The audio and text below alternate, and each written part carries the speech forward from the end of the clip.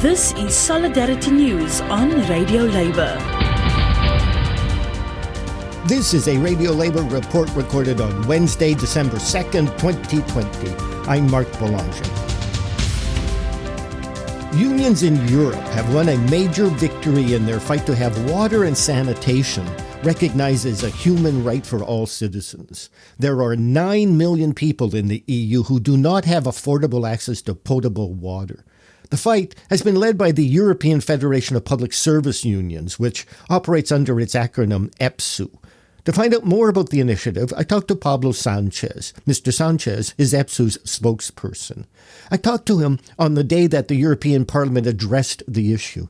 I asked Mr. Sanchez why the struggle to have water recognized as a human right was necessary. Well, in Europe, more than 63 million people have gained access from 2000 to 2017. That's the broad sense of Europe, so from Russia to Portugal.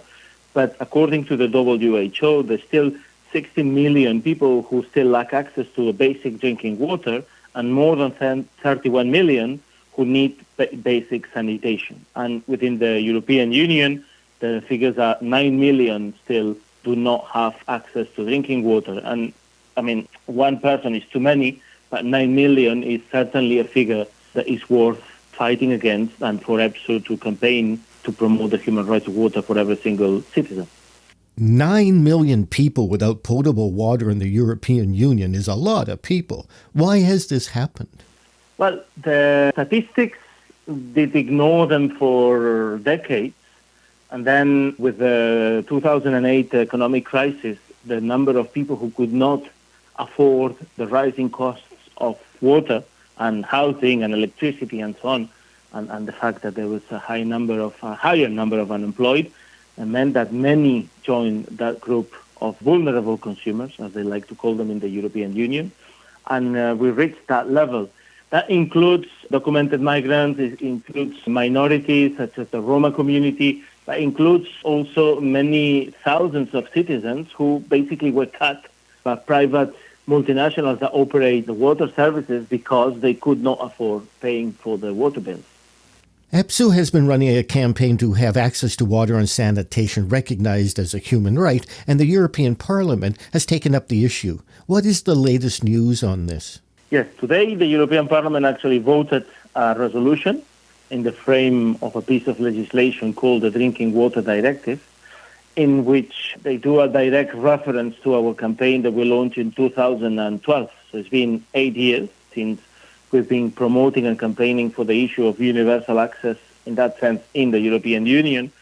And although there is not a very concrete direct obligation by the different member states of the European Union in the resolution, it sets the ground for more binding targets in order to achieve universal access, with a particular focus, of course, to vulnerable groups of society, which are the groups that actually don't get the basic right to drinking water. This directive only talks about drinking water. There is another one that deals with sanitation. That is, let's say, a more complicated issue.